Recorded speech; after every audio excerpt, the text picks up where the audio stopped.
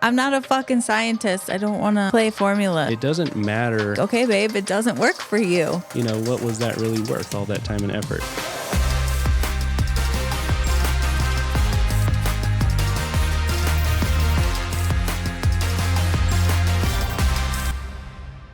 We got OnlyFans trivia, some questions, and then some other OnlyFans questions, and then some Reddit stuff. All right, so question number one, what year was OnlyFans founded?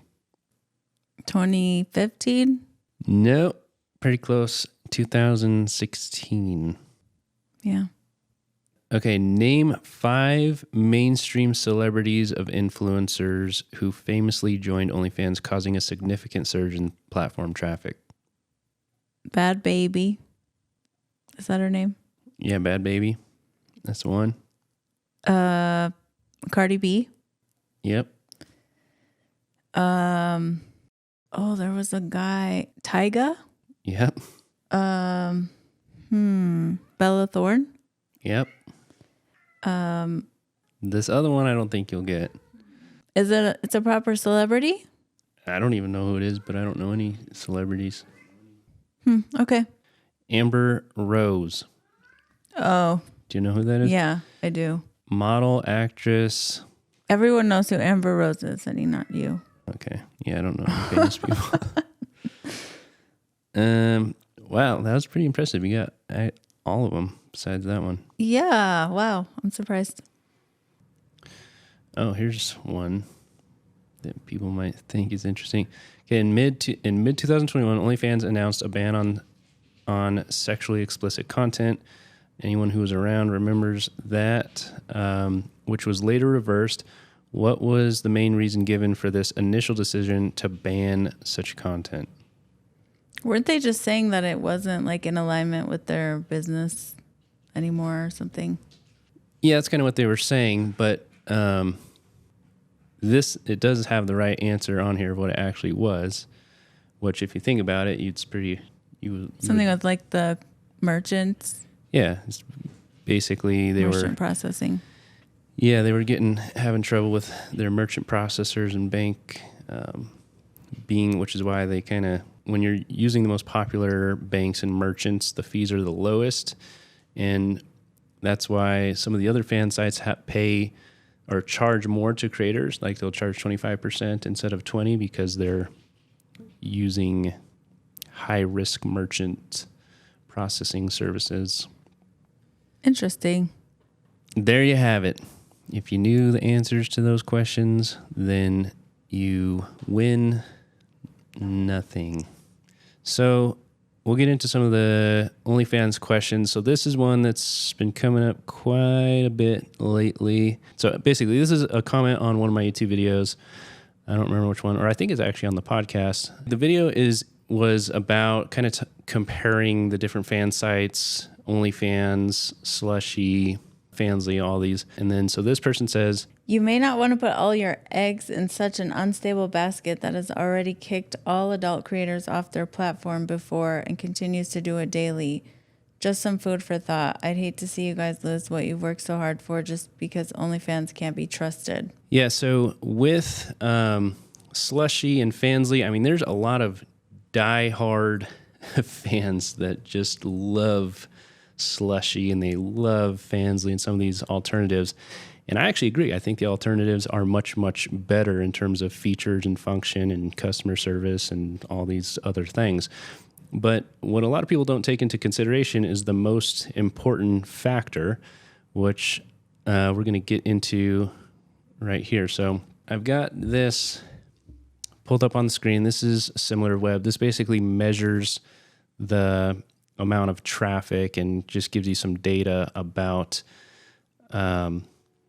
the traffic on these different sites. So I have Slushy versus Fansly versus OnlyFans, and we're just going to kind of go through some of these stats, and I'm going to try to break this down so that people kind of have some context. Because basically the biggest thing that I'm always preaching on my YouTube channel and everything like that is, I'll always make this point like, yeah, the alternatives are great, but conversions are not going to be that good because these other alternative websites or fan sites don't have that many users.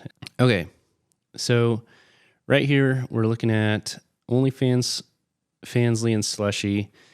And this is basically showing from November 2023 to January 2024. And during that time, OnlyFans had 917.5 million users visit the site. Fansly had 92 million, and Slushy had 8 million. And I'm going to explain why this is relevant in just a minute. But if we go down to this one right here. Okay, so this is basically the active monthly users or the monthly traffic. And so it only goes to January 2024. But as we can see here in January, OnlyFans had 311 million visits. Fansly had 32 million, or basically 33 million. And Slushy had 2.64 million visitors to the site. The other thing to kind of take into consideration right here is this is basically the U.S. traffic, so 92% U.S. Traffic, with Slushy 0.9%, Fansly 7%, and so on. And, you know, it just goes through and shows a lot more data about these fan sites. So the thing that I think people really try, you know, when I make this statement about you don't necessarily want to promote Slushy and Fansly and all this stuff, for whatever reason, a lot of people get offended by that. But the reason is not because I dislike those sites. It's just purely analytical reasoning. And the point is, if you are setting up a Slushy page or you're setting up a Fansly page, that's great. That's fine. But you don't necessarily want to use your own marketing efforts. You don't want to be posting on TikTok and posting on Reddit and posting on Instagram and posting on YouTube and doing all this stuff and sending traffic to those sites. And the reason is because most users don't have an account on those sites. Most normal men have never heard of Slushy. Normal men have never heard of Fansly. So what happens is when you spend all of your own marketing effort and you send traffic to those sites, what do they have to do? They have to put in their name, they have to put in their email, they have to put in their credit card, they have to do all of this on a fan site or a website that they've never heard of before. So there's an extremely large barrier to resistance when you're sending traffic to Slushy, Fansly, you know, and any one of the alternatives, because people have to go through that entire process to register a new account and all of these things just to follow you. Now, at the same time, that same man, that same person, they probably already have an account on OnlyFans. They already have their name entered. They already have their information. They already have their credit card linked up with the site.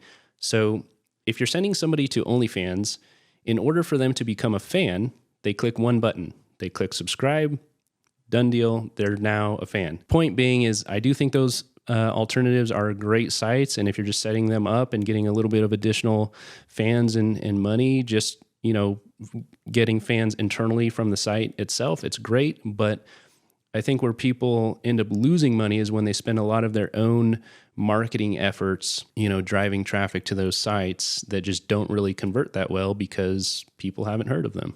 Yeah. Okay, so this is one of the questions from the group. Scotty says that YouTube, TikTok, and Instagram are the most important platforms, but those platforms just don't work. Is there any alternatives? There's alternatives, sure, but are they going to be as effective? No, I don't think so, because this is where the people are. Yeah, so my kind of take on that is to say the platforms don't work is the same as saying fitness doesn't work, right? If there's a lot of fitness gurus out there, you know, whatever you want to call them, and, you know, they're teaching how to lose weight, this, that, and whatever, at the end of the day, the fundamental system works. You have to work out, You have to eat well, period, end of story. But then someone might go in there and do that and they don't lose a bunch of weight or they don't get in shape and they're like, oh, well, fitness doesn't work. It's not the fact that fitness doesn't work. It's just the fact that you haven't mastered those fundamentals, or you haven't, whatever mechanism that you're using to deploy your strategy inside of fitness doesn't work for you. But that's not to say that, fitness in general doesn't work, which obviously we've seen this. I mean, YouTube works, TikTok works, Instagram works. We see people getting millions of views on those platforms every single day. So the platforms do in fact work. Maybe they don't work for you because whatever, micro strategy or whatever content formula, the particular way that you're doing it doesn't work for, whatever that reason might be.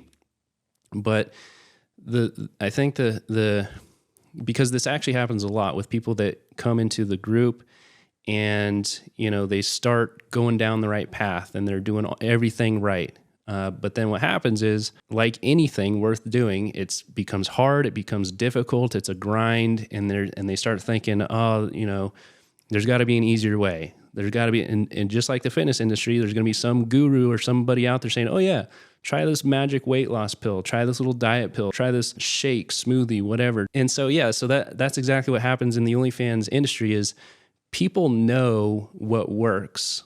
It's, TikTok, Instagram, YouTube, yes, they work. But then when you do it and it doesn't work in whatever time period or expectation that you think it should work for you and it doesn't, then you start thinking, oh, well, the grass is greener over here. Let me try this. Let me try that. And you end up running around in circles for, months or years trying to find something that's easier and faster. When in reality, if you just would have really kind of stuck to the fundamentals.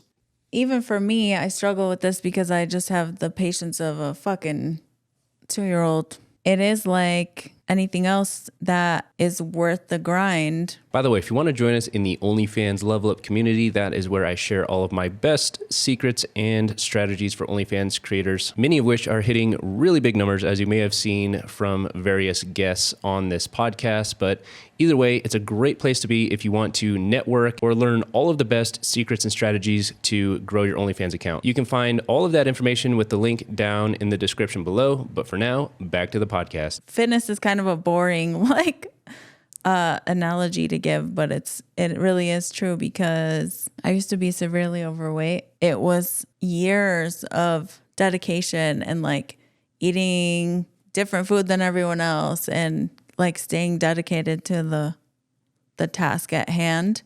And then there's long periods where you feel like nothing's happening, but it's all worth it. Yeah, and so we have this discussion just between us, all right, here's the path, just stay on this path, and you're like, well, it's not, I need to do this, I need to do that. I'm like, well, there's a couple things, and I'm sure a lot of you can identify with this. There's 3 things that happen that make me just want to throw my fucking head through the wall. 1, I get bored of doing the same things, and that's kind of my fault. I could be more creative, but that's something I struggle with. So it's boring and just kind of mundane and repetitive. You look at other people who are being successful doing this little thing, and then you try to do it and it doesn't work. And then you're like, she's doing it and it works for her. Okay, babe, it doesn't work for you. Just go back to what works, or, try something new, but don't stop making content. Consistency is answer number 1. Well, it's that, and it's just because a lot of times when I get messages from people oh, it's not working, and then I look at their account and they've got, 150 videos literally doing the same style of content that doesn't work because of kind of what you just said. Oh, well, it works for this other girl, so they just keep doing the same thing over and over and over again. And that doesn't mean that TikTok itself doesn't work. It just means that that particular style of content that you're creating doesn't work for you. So yes, continue posting on the platform, but you have to sort of experiment, find your style, your particular content formula, because this is something that we talk about on the pod with a lot of the previous guests. Almost nobody can have success doing the same thing as the next person. Like every single person that's been on this podcast that's getting really good results, and then somebody looks at them and tries to go do the same exact thing and it just doesn't work for them. So every single person has like some little unique style of content that works for them specifically and doesn't really work for that many other people or very few other people. So you just want to keep experimenting because there is some style out there. There is some little movement, some little style, some little way of doing things that it will work for you, but you have to constantly kind of be testing different content formulas, different content styles, different, ways of doing it, until you ultimately come across a certain little style or certain little way of doing things that's gonna work for you specifically. Well, and also doing X type of content on TikTok may not work great, but it might pop off on Instagram.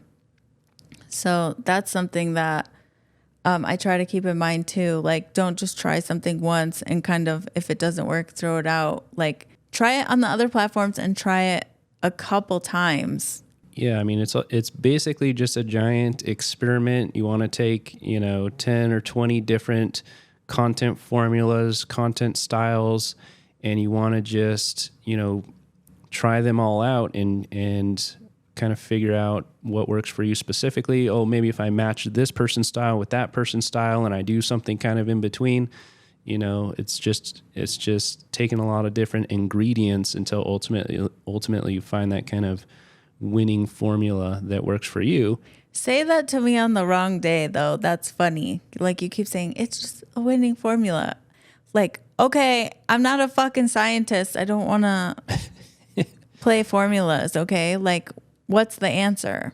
Yeah. And unfortunately, it just doesn't work like that. Well, this kind of bridges into what you were talking about with creating what works versus creating what you want. Yeah. So I just happened to be on YouTube this morning. I have followed Tim Ferriss for a long time. For anyone that doesn't know, how would you describe Tim Ferriss? He's most famous for the 4-Hour Work Week. But yeah, he does a lot of stuff. He's a venture capital. He's amazing. I used to listen to his podcast a lot, and I haven't for a while, but he popped up on my YouTube this morning. So he has like something like 1.4 million subscribers on YouTube. But I was looking at his last 20 videos, and some of them are a couple weeks old, and he only has like 59,000 views. And I messaged you and was like, oh my God, Tim Ferriss has all these followers and he's only getting these little tiny views. What the heck? You looked at his content and he is posting different shit than he used to. It was really sporadic all over the place. It made sense to me. When you said it, he's posting what he wants to post, not what like the audience and the market is telling him they want.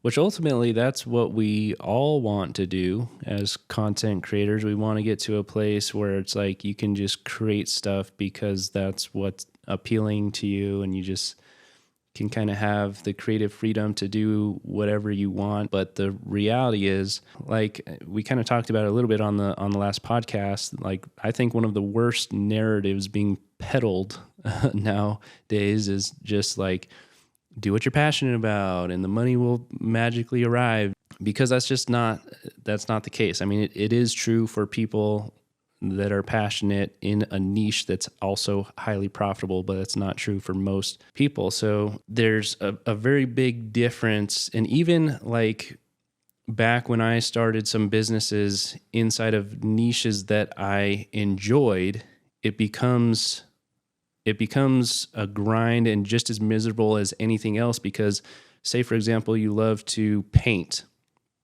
Okay, great. So you start creating YouTube videos about painting or blah, blah, whatever. But the specific way that you like to paint doesn't get views. So you have to paint in this other way because that's the type of painting that gets views on YouTube. So then even though you're painting and it's something that you enjoy, it's still just a grind. It's still a job because the type of painting that actually gets views is something that you don't necessarily enjoy doing at all. So for me, I've always approached business or social media with the mindset of having a social media strategy or a content strategy that's like, the cash cow. And then when you're earning money from your cash cow, you use that money to fund your passion projects or the things that you actually enjoy doing. Because, if you're funding your passion project, like if you have a certain type of content or a certain business, social media, whatever, that drives in all the money, and you just treat that like a job, you don't necessarily enjoy it, but you just do it because that's what it is, then it doesn't matter if like your passion projects or your passion channels make money or not, because you just do that because you enjoy it rather than, trying to do it in a way that makes money and then you're mad because it doesn't make money. And then, just that whole loop that you get stuck in. I don't know. I guess the thought is like there's someone for everyone type. Like there's an audience for everything. And there is, but is the audience going to be big enough to pay your bills? Yeah. Okay, so this one, this creator is talking about, she says, for some background, since last year, I've gained 20 pounds since I grew my social media and started Onlyfans. She says that she gained weight due to depression. I get comments on OF and YouTube and Instagram that I've gained weight. Like, I don't fucking know that. It's so frustrating.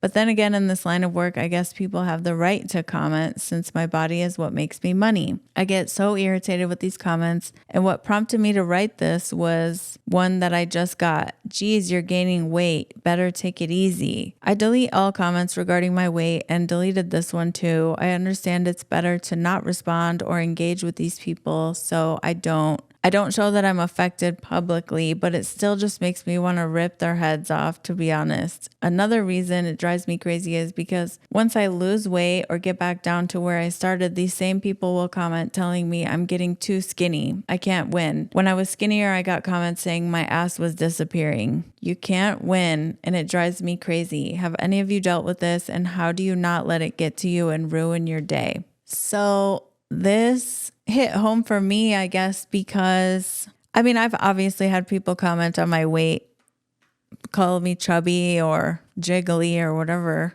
Actually, I was skinnier. I was a little bit skinnier when I started. And so I want to put on weight, but I'm like, I don't know if scared is the word, nervous, unsure about how people would receive it, because it's just something that, like, if I want to do it, I'm going to, and people will appreciate my thicker form.